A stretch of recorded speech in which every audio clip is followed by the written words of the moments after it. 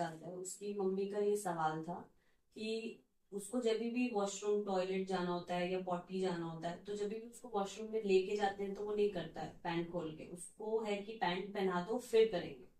तो सर, ये sensory issue है या बिहेवियरल इशू है? इसका मैनेजमेंट क्या है वो आप बता एक वीडियो हमने बनाया था टॉयलेट ट्रेनिंग पे कि बच्चों को सुसु पोटी का ट्रेनिंग। मैक्सिमम पेरेंट्स का सवाल भी यही होता है कि इसको टॉयलेट ट्रेन कैसे करें, टॉयलेट ट्रेन कैसे करें। तो वो क्या होता है ना कि वो आगे के लेवल की बात है, वो ऊपरी लेवल की बात। टॉयलेट ट्रेन करने से पहले बेसिक चीजें समझनी होंगी, और उसमें हमने पूरे डिटेल में बताया। जैसे कि कुछ लोग कहते हैं कि पोटी सीट पे नहीं बैठता बच्चा, तो वहां स्क्वाट सिटिंग, अगर इंडियन टॉयलेट है तो स्क्वाट सिटिंग में बैठना है। बाहर में वो स्क्वाट सिटिंग में नहीं बैठ रहा है, वो तो अंदर में बैठेगा नहीं। अगर वेस्टर्न टॉयलेट है तो उसके लिए मैंने बताया था कि जैसे एक नॉर्मल रूम टेम्परेचर हमारा होता है वो कितना 35 डिग्री सेंटीग्रेड होता है। तो 35 डिग्री सेंटीग्रेड का टेम्परेचर जब हमारे रूम का होता है, और जहाँ वॉशरूम में हम जा रहे हैं तो वहां पानी का सोर्स है, वहां पानी गिर रहा है, दिन भर ये हो रहा है, 2-3 डिग्री उससे टेम्परेचर वहां कम रहता है, यहाँ से वहां ठंडा रहता है। बच्चे में सेंसरी इश्यूज है, किसी में sensory over responsibility, sensory defensiveness का नेचर है। तो अब जैसे ही हम लोग वॉशरूम में बच्चे को लेके जाएंगे, उनका पैंट उतारेंगे, और पैंट उतरा तो उधर हवा लगेगी, वहां टेम्परेचर कम है, तो नॉर्मल रूम टेम्परेचर से उधर जाते ही क्या होगा कि उसको सेंसिटिविटी फील होगी, और सेंसिटिविटी फील होते उसको इरिटेशन होना, सेंसेशन होना शुरू हो जाएगा। इसलिए मैक्सिमम बच्चे क्या करते हैं कि पैंट पहन के ही करना चाहते हैं।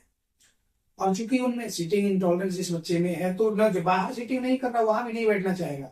इसलिए मैक्सिमम लोगों का ये भी सवाल आता है कि खड़े खड़े बच्चा ये करता है, पॉटी करता है, और कपड़ा उतार दो तो नहीं कर पाएगा। कपड़ा उतार दोगे तो उसको लगा भी होगा, नहीं कर पाएगा। अभी जैसे ये सवाल पूछा गया, तो कपड़ा उतारते ही उसको सेंसिटिविटी हो रही है, और उस बच्चे में सेंसरी इश्यूज हैं भी बहुत सारे। तो उसमें कहीं की सेंसरी सीकिंग नेचर है, कहीं सेंसरी डिफेंसिवनेस का नेचर है। तो उसी के हिसाब से उसमें सेंसरी स्टिमुलेशन वगैरह देना होता है। पहले इन सब चीजों को ठीक किया जाएगा, तभी जाके बच्चा वो पैंट उतार के। टॉयलेट ट्रेनिंग मतलब ये ऐसा है ना कि बोर्ड एग्जाम देना है, तो बोर्ड एग्जाम देने के लिए डायरेक्ट थोड़े उतना बड़ा हो जाए तो डायरेक्ट बोर्ड एग्जाम के लिए ये कर दो। पहले क्लास 1 से शुरू करना होता है, 10 साल पढ़ के तब मैट्रिक का बोर्ड एग्जाम दिया जाता है ना। वैसा ही आप लोग समझे कि आप लोग टॉयलेट ट्रेनिंग जो ये करते हैं, उससे पहले ये समझे कि बेसिक चीजों के लिए वो ट्रेन हो रहा है कि नहीं। वो टॉयलेट ट्रेनिंग से पहले के स्टेप्स ये हैं। और टॉयलेट ट्रेनिंग पे एक वीडियो हमने डिटेल में बनाया है, एंड स्क्रीन पे उसका डाल दिया जाएगा लिंक, आप लोग उसमें देख सकते हैं। और एक और अच्छे से प्रैक्टिकल ये के साथ में एक टॉयलेट ट्रेनिंग का वीडियो बनाया जाएगा, जिससे और सारी चीजें क्लियर हो। लेकिन ये बात ध्यान रखें कि बच्चे में जब तक सेंसरी इश्यूज हैं, जब तक उसमें ओवर सेंसिटिविटी है, तो प्राइवेट पार्ट को रब करना, इसके अलावा वो पैंट में ही पट्टी करना, ये सारी प्रॉब्लम्स आते रहेंगे। तो पहले टैक्टाइल स्टिमुलेशन और सेंसरी स्टिमुलेशन, इन सब चीजों पे ध्यान दें। इन सब चीजों को जब आप इंप्रूव कर लेंगे, तब जाके बच्चा सही तरीके से लगेगा। उसके लिए सिटिंग भी बढ़ानी होगी। बाहर में स्क्वाड सिटिंग अगर नहीं करेगा तो अंदर में जाके स्क्वाड सिटिंग कैसे, इंडियन टॉयलेट है तो। और एक चीज का ध्यान रखें, मैक्सिमम लोगों के घर में अभी वेस्टर्न टॉयलेट है। तो वेस्टर्न टॉयलेट जब है तो डायरेक्ट उनके सीट पे बैठना है। अब सीट पे बैठ रहे हैं तो वो क्या होता है, मैक्सिमम उसका जो ये होगा, मैक्सिमम घरों में ये जिस तरह का पॉटी सीट हमारा होता है, तो वो सीट जो है सेरामिक वाला है, उस पे बच्चा बैठेगा, ठंडा लगेगा ही लगेगा। जिसको हल्के से ये स्टिमुलस से इरिटेशन हो रही है, वो भाग रहा है, कंफर्ट जोन से बाहर नहीं निकलना चाह रहा है, वहां उसको ठंडा लगेगा, बैठ ही नहीं पाएगा। तो उसके लिए रबर का एक शीट आता है, किनारे किनारे से लगा दें, जो इंसुलेटर का काम करेगा, तो बच्चे को डायरेक्ट कांटेक्ट उससे नहीं होने देगा, तो वो करें। और इंडियन टॉयलेट अगर आपके घर में है, या फिर उसका ऑप्शन आप ये कर सकते हैं, तो सबसे बेस्ट है इंडियन टॉयलेट रखें, और खुद जाके उसमें कुछ देर तक बैठाएं, उसको धीरे धीरे ट्रेन करते करते करते करते वो ठीक हो जाए। ये तो बेसिक बातें होंगी। अब रही बात कि अगर बच्चे के लिए स्पेसिफिक ये चाहिए, समझ नहीं आता पेरेंट्स को कि कब ट्रेन करें, यानी ये है कि कब करें, कभी भी नहीं कर देना होता। सब चीज के लिए एक स्टेप होता है कि कब उस लायक हुआ। जैसे होता है ना कंजर्वेटिव मैनेजमेंट, जब तक है तब तक दवाओं और सर्जरी के बारे में नहीं पढ़ना चाहिए। सर्जरी का भी एक स्टेज आता है कि जब कोई उपाय नहीं हो सकता सर्जरी कराते हैं, उसी तरह बच्चे में कब क्या काम करना उसका सबका अलग अलग ही है, तो उस बात को भी ध्यान में रखना होगा। इसके लिए प्रॉपर बच्चे का असेसमेंट जरूरी है। असेसमेंट बच्चे का करा के उसके लिए सही थेरेपी प्रोटोकॉल्स चलेंगे, और सही तरीके से सिस्टमेटिक वे में जब बच्चे पे काम होता है तभी जाके बच्चा ठीक होता है। मैक्सिमम ये में हम बात करते हैं कि सेंसरी इंटीग्रेशन थेरेपी पे, लेकिन लोग कोई एबीए के थेरेपी के बारे में पढ़े हैं, कोई स्पेशल एजुकेशन में पढ़े हैं, इन सब वजह से प्रॉब्लम होती है। तो फिर सिस्टमेटिक वे में काम नहीं होता तो कोई भी सेंसरी इशू खत्म ही नहीं होगा। वो कुछ दिन जाएगा, टेम्पररी जाएगा, फिर से आएगा, वो रेकरिंग प्रॉब्लम हो जाएगी, एक के बाद एक के बाद एक। अभी क्या होगा कि विजुअल स्ट्रीमिंग कर रहा है तो किसी चीज को देख रहा था, छोड़ दिया, आप कुछ लेके हिलाना शुरू कर दिया, कपड़ा वपड़ा लेके, कुछ धागा वगैरह लेके हिलाना, कुछ क्या करे जैसे गर्दन तिरछा करके हाथ टेढ़ा करके देखना शुरू कर देते, ये सारी प्रॉब्लम डेवलप होती है। इसलिए सबसे पहले बच्चे में अगर सेंसरी प्रोसेसिंग डिजॉर्डर है, मतलब ये समझिए मैक्सिमम ऑटिज्म एडीएचडी के केस में सेंसरी प्रोसेसिंग डिजॉर्डर मिलेगा, और उस कंडीशन में सेंसरी इंटीग्रेशन थेरेपी जरूरी है, वो भी हीट एंड ट्रायल मेथड पे नहीं, बच्चे का प्रॉपर असेसमेंट करें। Tactile stimulation and sensory stimulation के लिए घर पे फिर क्या क्या कर सकते हैं?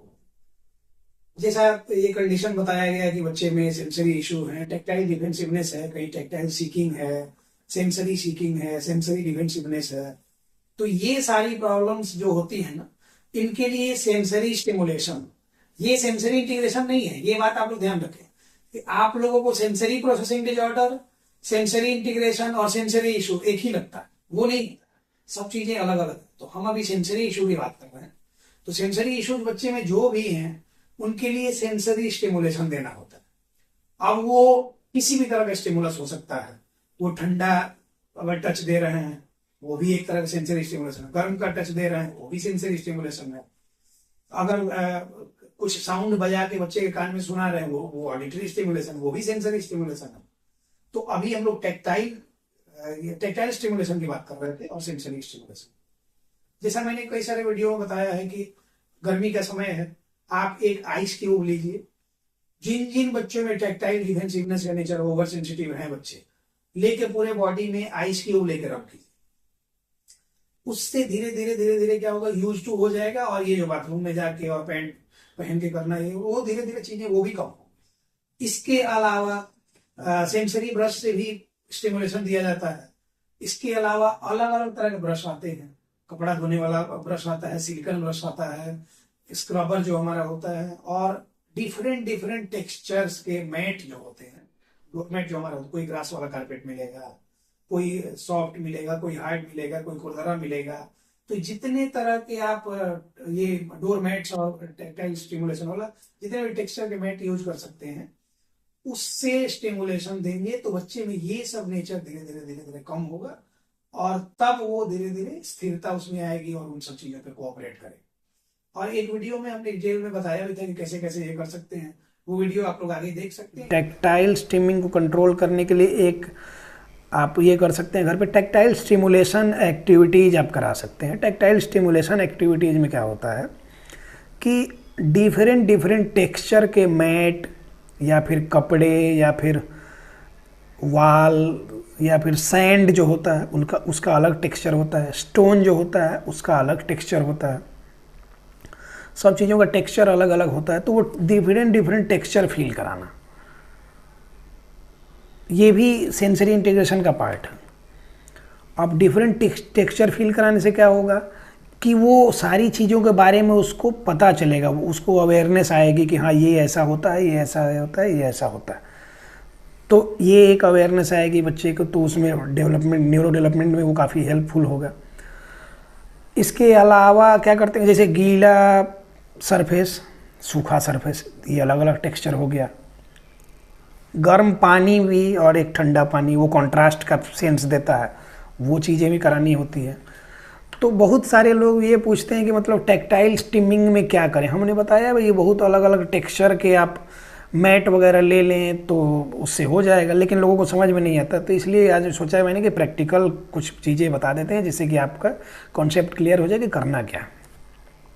अभी मेरे पास आप देखेंगे ये जो है, ये ग्रास वाला जो कारपेट होता है, आर्टिफिशियल ग्रास वाला कारपेट, तो ये जनरली आपको फर्निशिंग के स्टोर में कहीं भी मिल जाएगा। तो इसको हम यहाँ पे रख देते हैं और इस पे हाथ रखते हैं तो एकदम सॉफ्ट सा फील हो रहा। तो ये एक अलग फील दे रहा, आंख बंद करके भी ये करते एक अलग टेक्सचर का फील दे रहा। तो एक तो ये हो गया मैट, ये एक अलग टेक्सचर हो गया। अभी इसी को आप एक बार उलट दें, मैंने उलट दिया, आप देख रहे हो पीवीसी का पूरा ये है, इसका लेयरिंग है, कोटिंग है। इस पे हाथ रखेंगे ये पूरा रफ है। ये इसलिए दिया जाता है कि पानी वगैरह से सड़े नहीं। जनरली इसको बालकनी में या फिर अहाते वगैरह में लगाया जाता है, कैंपस वगैरह में, तो ये पानी से ख़राब नहीं हो, तो इसलिए अब इस पे हाथ रखेंगे ये अलग टेक्सचर दे रहा। तो 2 टेक्सचर तो इसी में होगा। 2 टेक्सचर का काम आपका यही कर जाएगा, हाथ से ये करने का या फिर पैर से चलने का, उलट के चलाएंगे, 2 तरह का टेक्सचर ये हो गया। अभी इसको साइड करते हैं। एक ये देखेंगे, ये भी आपको मिल जाएगा, डोरमैट के तौर पे यूज होता है, आप लोग देख सकते हैं क्लियरली इसको, डोरमैट के तौर पे ये यूज होता है। ये काफ़ी मुलायम सा है, पैडेड सा है, तो ये भी एक अलग टेक्सचर का काम करेगा। तो ये 2 टेक्सचर हो गए। अब ये एक अलग टेक्सचर हो गया, इस पर ये करेंगे तो ये थोड़ा रफ रफ सा है, जिग जैग पैटर्न में है, इसमें अलग फीलिंग आ रही है।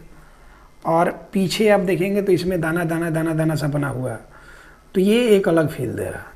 ये भी एक अलग टेक्सचर हो गया। तो ये भी हो गया हमारा, 4 टेक्सचर्स तो यही हो गए।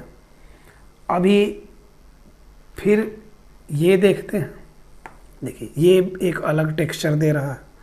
इस पे हाथ रखने पे एक ये प्लास्टिक टाइप में है, पीवीसी का है, तो ये एक अलग टेक्सचर दे रहा है, इसका भी अलग फील आएगा। इसको उलट लेंगे दोनों ओर से, ये बराबर ही है, इसमें कुछ ज़्यादा ये नहीं करते, इम्प्रोवाइज नहीं कर सकते हैं। तो ये 5 तरह का टेक्सचर्स होगा। अभी आते हैं एक ये भी डोरमैट के तौर पे, ये कारपेट के तौर पे जनरली यूज किया जाता है, कालीन की जगह में ये यूज किया जाता है जनरली, लिविंग रूम वगैरह में, या फिर जहाँ पे हमारा हॉल वगैरह होता है वहाँ पे हम जनरली बिछाते हैं इसको। ये भी एक अलग टेक्सचर दे रहा है, ये जूट की तरह इसमें रेशे रेशे हैं, ये एक अलग टेक्सचर दे रहा है। इसमें उलट के देखेंगे तो एक अलग टेक्सचर। तो 6-7 टेक्सचर का यही हो गया। अब ये इतना खरीदने में मुश्किल से 150 से 200 रुपये का खर्च आपको आएगा। 1-1 स्क्वायर फीट का आप ले लेंगे फर्निशिंग के स्टोर से, तो आपको सारी चीज़ें मिल जाएंगी इसमें। और इसको आप बिछा के इस पे हाथ रखवा सकते हैं, पैर रखवा सकते हैं अलग अलग फील के लिए। इसके बाद इसी पे आप लाइन से बिछा के व्हील बैरो वॉकिंग करा सकते हैं। तो मतलब कि 200-300 में इतना बढ़िया ये हो जाना है, आपका टैक्टाइल स्टिमुलेशन का सारा एक्टिविटी इसी से हो जाना है, और बच्चे की सारी टैक्टाइल स्टिमिंग इसी से ख़त्म भी हो जानी है। वो चाहे हाइपोसेंसिटिव हो चाहे हाइपर सेंसिटिविटी, टैक्टाइल हाइपोसेंसिटिविटी में भी हेल्पफुल होगा, टैक्टाइल हाइपर सेंसिटिविटी में भी हेल्पफुल होगा। तो एक चीज़ और आपको दिखाते हैं, ये हम लोग जनरली बैलेंसिंग के लिए वेस्टिबुलर बोल्ट टाइप इसको यूज करते हैं। ये इसमें देख रहे हैं स्पाइक्स पूरा निकला हुआ है, ये पूरा स्पाइक्स है। ये भी एक अलग टेक्सचर का काम करेगा। ये भी आप खरीद लें तो बैलेंसिंग के लिए भी यूज कर सकते हैं। इसको उलट के हम लोग और बच्चों को इस पर खड़ा कराते हैं। आप लोग देख लीजिए ऑनलाइन, ये आपको मिल जाएगा, वेस्टिबुलर बोर्ड नाम से शायद मिलता है। इस पे आप बच्चे को खड़ा करें, ये थोड़ा थोड़ा बैलेंस अनबैलेंस होते रहेगा। तो ये भी एक टेक्सचर का भी फील दे रहा है, ये वेस्टिबुलर बोर्ड के तौर पे भी यूज हो जा रहा है। ये सारी चीज़ें सस्ती हैं, ज़्यादा खर्च करने की ज़रूरत नहीं है, आपके घर में एक्टिविटी का सामान हो जाना है। हम हमेशा इसी बात पे फोकस करते हैं ज़्यादातर कि कम खर्च में कैसे आप घर पे बच्चे को मैनेज कर सकते हैं। न दुनिया बहुत बड़ी है और बहुत बड़े बड़े यहाँ पे फ्रॉड लोग बैठे हुए हैं, और कमर्शियलाइजेशन के नाम पर कुछ भी ये के लिए, तो जो कैपेबल नहीं है वो बेचारे लुट जाते हैं। जिनके पास तो पैसा है उनको तो फर्क ही नहीं पड़ता है, वो तो कितना भी दवा में खर्च कर देते हैं, कितना भी इलाज के नाम पे, वो तो एक शौक़ है उनका। जैसे होता है ना कि आदमी को शौक़ अलग अलग होता है, वो अपना स्टैंडर्ड मेंटेन करने का, जैसे कुत्ता घुमाना, उसके बाद से बिना मतलब का 10-20 हज़ार का टी शर्ट वगैरह जो पहनते हैं वो भी एक शौक़ ही है। उसी तरह का ये होता है, एक स्टेटस मेंटेन करने के लिए कि डॉक्टर को दिखाना, अलग अलग जगहों पे जाना, वो भी। तो मेरा वीडियो जनरली हर वर्ग के लोगों के लिए होता है कि जो कैपेबल नहीं भी हों वो भी क्या करें कि अफोर्ड कर सकें। इससे अफोर्डेबल कुछ भी होता नहीं है, 400-500 हज़ार रुपये में ये सारी चीज़ें आपको हो जाती हैं। ऑनलाइन आप ख़रीदने जाएंगे, वो जो टेक्सचर का मैंने बताया, तो वही 4-5 सील देगा और वो 1200-1300 में देता है, तो वो ज़रूरत नहीं है। जो लोग लेना चाहें ले सकते हैं ऑनलाइन से। तो ये सारी चीज़ें होती हैं। घर पे आप जितना अच्छे से मैनेज कर पाएंगे बच्चे को, जितना कम से कम रिसोर्सेस में मैनेज करें, ये एक चैलेंज होता है। और वो ही रियल ये होता है, उसी से रिकवरी होती है। रियल जो बोलते हैं ना कि इंटेंशनली हम मेहनत कर रहे हैं, सिंसियरली हम मेहनत करना चाहते हैं, तो वही उस तरह से लोग करते हैं। टैक्टाइल स्टिमुलेशन का वीडियो देखने के बाद कुछ हद तक घर पे बच्चे को मैनेज किया जा सकता है, लेकिन ये फाइनल सॉल्यूशन नहीं है। इसलिए बच्चे में अगर प्रॉब्लम्स हैं, तो अगर ऑटिज्म है या सेंसरी प्रोसेसिंग डिसऑर्डर है, तो एक दो प्रॉब्लम्स नहीं होती है, मल्टीपल प्रॉब्लम्स इसमें होती हैं, तभी तो ये ऑटिज्म स्पेक्ट्रम डिसऑर्डर हुआ है। तो अगर उस तरह की प्रॉब्लम है तो किसी एक्सपर्ट से अपने बच्चे का असेसमेंट कराएं, उसके हिसाब से अगर ये करेंगे, प्लान करेंगे, तब तो उसके बाद इम्प्रूवमेंट में 6 महीने साल भर फिर भी लग जाता है। अपने से हीट एंड ट्रायल मेथड पे करेंगे तो कई साल लग जाएंगे और बच्चे की प्रॉब्लम कम नहीं होगी, बाद में हो सकता है बढ़े। तो इन बातों का जरूर ध्यान रखेंगे।